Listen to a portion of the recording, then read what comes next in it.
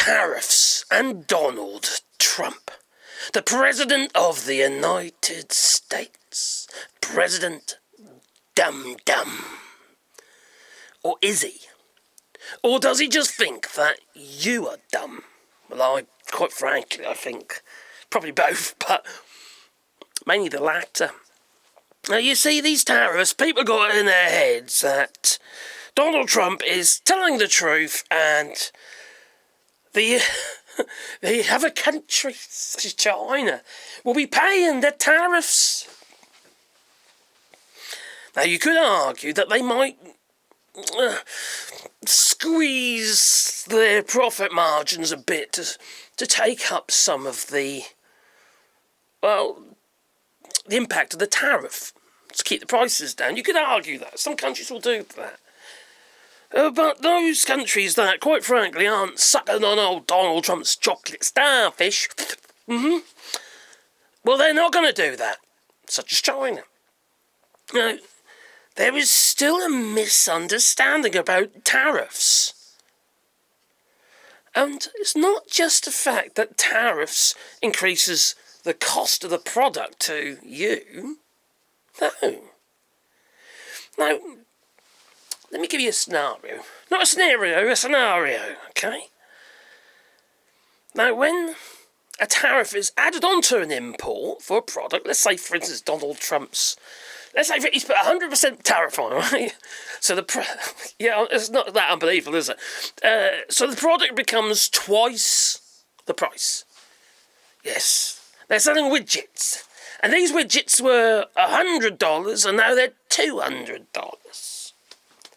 Now, a homegrown producer of these widgets in the United States, well, they were kind of like, a little bit more expensive maybe than what the imported product was. So they were suffering a little bit from the imports. For them, it was a little bit unfair. Okay, I understand the grief there. Some people, maybe there's very little in it at all. But what this does is, you see, the tariffs, that is, it gives that homegrown supplier or producer or seller of these products, who maybe they're getting them from somewhere else, even cheaper or something. Well, they will be a good little businessman, woman, person. And they'll say to themselves, okay then, I'm currently charging $110 for this product, which was more expensive than the original product price from the imported product, that is. So I'm $10 there, and people are choosing the cheaper product. People buy on price, don't they? It's not just about quality or the service related to that product, no. So, what does he do? Well, he says, well, no, there's now at $200. Well, I'm 110. I'm not going to carry on selling at 110. I'm now going to sell them at 180, and I'm still cheaper. Now, okay, you have to think to yourself, what is the maximum price the customer is willing to spend for that item? It's all about bums on seats or sales. How much can you squeeze out of them? And it might sound immoral, but that is a businessman. That's what. If you're going to be a good businessman, that's what you're doing. It's about the most you can get for the product that you're selling or the service that you're selling. And you do this when you do your business plans and stuff like that. You have to think, what is the value of this product? What are people willing to pay? And that goes in sales, second-hand goods, etc. What are people willing to pay for that product? As a majority. Now that little scenario was it can be put right across the board, okay? Whether you're selling wine or such as, let's say, for instance, in Oregon, where there's about 1,100 odd wineries in Oregon, and they're currently suffering big time because of these tariffs. In the other direction, because of Canada's boycotting American products, American wines, etc. American alcohol, right across the board, is being boycotted by Canada. And these 1,100 odd wineries in Oregon, well, they're suffering really badly. And to the point at which, you could argue that they could shut them down. Because they can't sell their product, enough of it, in their own, in the United States. Also, to other exports. They're not going to sell it to Europe, are they? We already don't have much in the way of, if any at all, American wines. Here in France, for instance, why would we buy American wines when we could have French? Why would we? It's a no-brainer if you ask me. And besides, you'd never be able to import wines of those sorts, that kind of quality into France, for instance, and be able to compete with the prices. See, there's pretty much zero taxation on wines here in France. The prices are ridiculously low. You can buy a bottle of wine here, quite a drinkable wine, for about, it sounds absolutely ridiculous to you, but for €1.70. I'm not saying it's a great wine, all right, but it's drinkable. Right? If you just want to get drunk, okay, without being sick. If you spend €2-3 on just have a bottle of wine with your meal or something, it's okay. It's not the best wine in the world. If you spend €5, that's an expensive bottle. In my book, if you spend €5 on a bottle, then you've got a relatively nice wine. See, why would we import it? That's the point. And besides, we trust our producers here to stick to certain rules and regulations that have been imposed on them, you could say, from the European Union, for which they took part in the sense that, for instance, every single country has a vote, MEPs and all that, in the European Parliament. So we're all playing on a similar playing field. But where it's not similar is for the importers of products. Because people say it's a protectionist racket. And that's what they said during the Brexit campaign. And what I'm seeing, what's going on in the United States, is just so similar to Brexit. And a lot of it was obviously revolved around immigration again. Now, the people in the United States who are complaining, like the Bible Belt and all that, who hate immigration, get rid of all the immigrants, get the old don't care who you are, whether you're illegals or what you are, we'll just grab you off the streets and we'll chuck you in the gulag and shave your hair. Probably sell that to make bread. Celestine, yeah. Now, when we had Brexit, we basically pushed back at all the European migrants coming in as part of being a member of the European Union, and the UK farmers are desperate for flipping workers. Now, we were getting a lot of people from Bulgaria and places like that, you see. Great workers, come back every single year, do the jobs that most of the Brits didn't want to do, and yes, they still don't. The irony there, but it's just madness. The whole thing's just madness, and it's when you got these tin pot head cases like Nigel Farage and Donald Trump touting this whole immigration line and look at your ice and what have you. Well, then, quite frankly, you're damaging your industries because you need these people. They might not be documented migrants, but they are paying billions into your social security. They're still paying taxes, if they're undocumented. Okay, there's a level of documentation, there must be. But they haven't, they're illegals, you could argue. But the idiocy here, you see, it just pans out because you're just screwing your own industry over. You've got the farmers at the moment complaining they are, in the United States. They're still complaining about, in the UK with Brexit and stuff. Okay, you can't get the workers, the inputs all gone up in price, everything's more expensive, we can't sell our products. We've lost a certain degree of our exports into the European Union. That has softened somewhat since Keir Starmer became the Prime Minister. I know a lot of people don't like him. But he is prime ministerial. He is trying to bond relationships. I'm no lover of the case, but I just see what he's doing.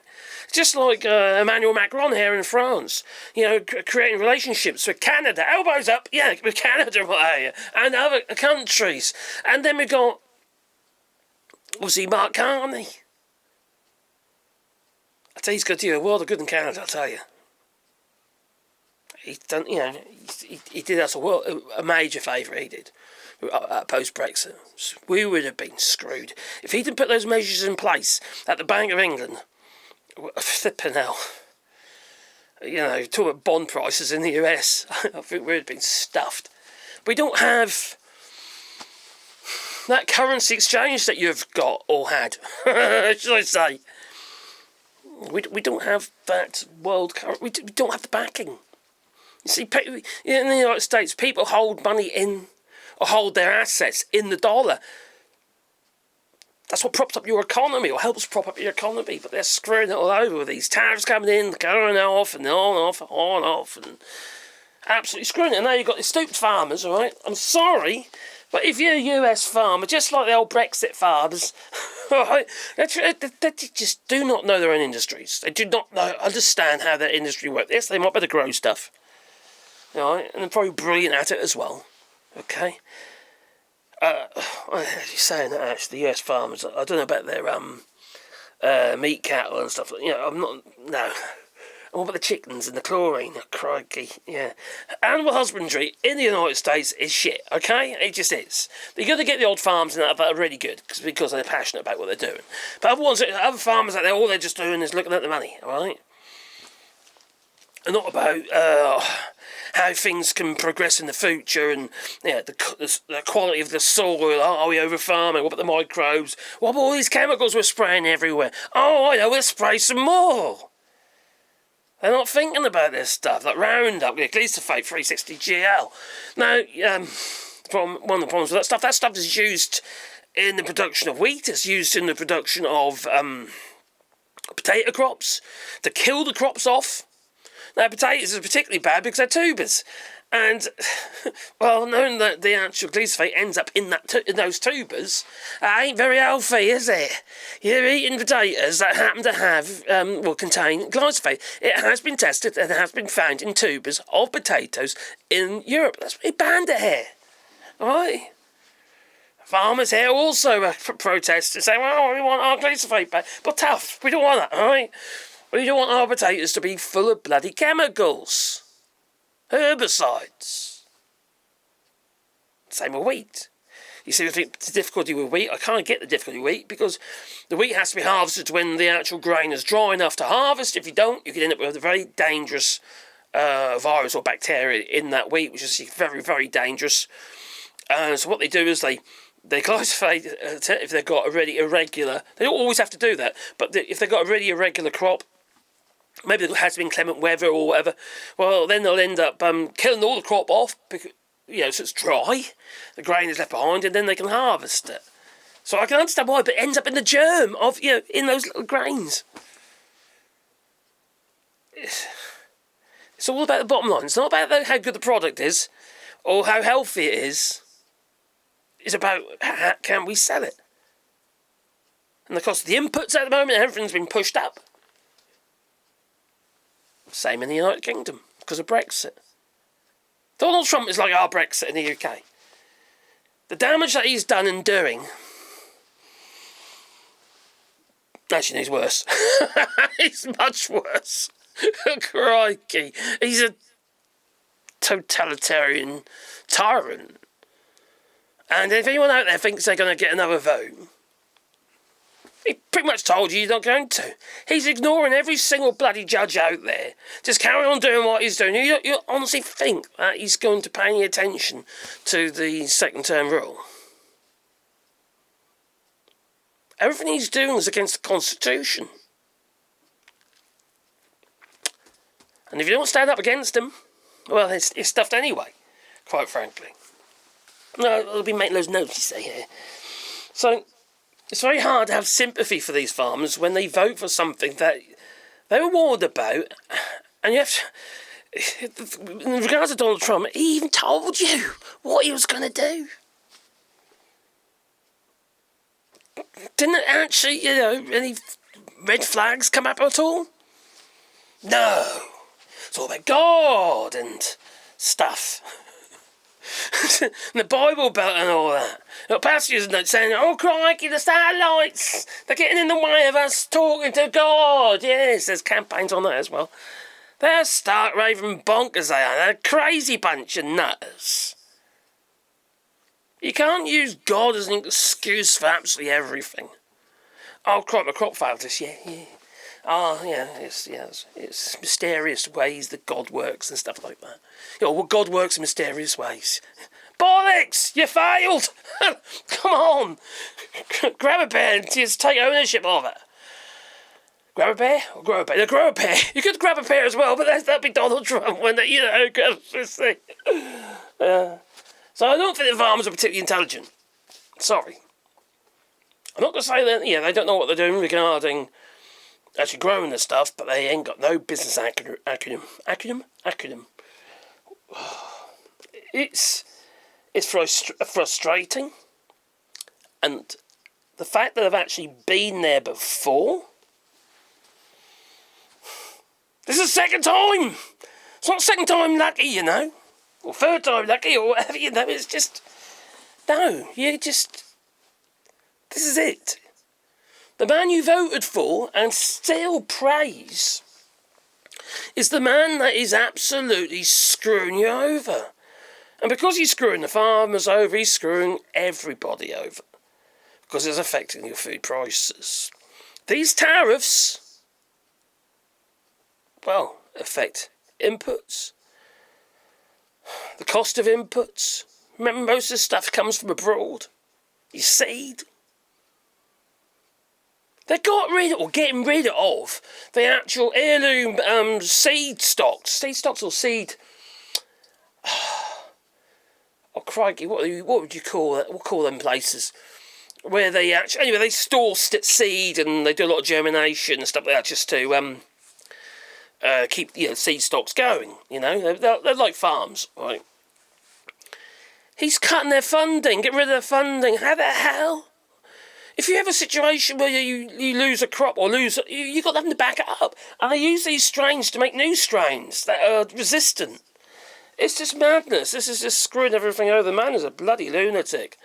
Right across the board, he's an absolute lunatic. And then you got flipping climate change, all right? You got the farmers complaining, all right, because the people don't want to spend more money on their food because of these cover crops and other stuff that we have to do, to meet the climate change because under Biden and all that. We've got to do this, we've got to do that now. It costs more money, but no one wants to pay more for it. Okay, I understand the argument, but it's not just for the people who want to buy a crop. It's for you who wants to grow the crop because of climate change. Well, you got tornadoes, twisters and hurricanes and higher temperatures, sea levels rising. But absolutely everything is going to go to fucking pot. It's just how it is. And you're complaining about it. We have to do something.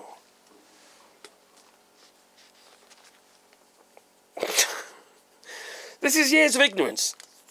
Decades.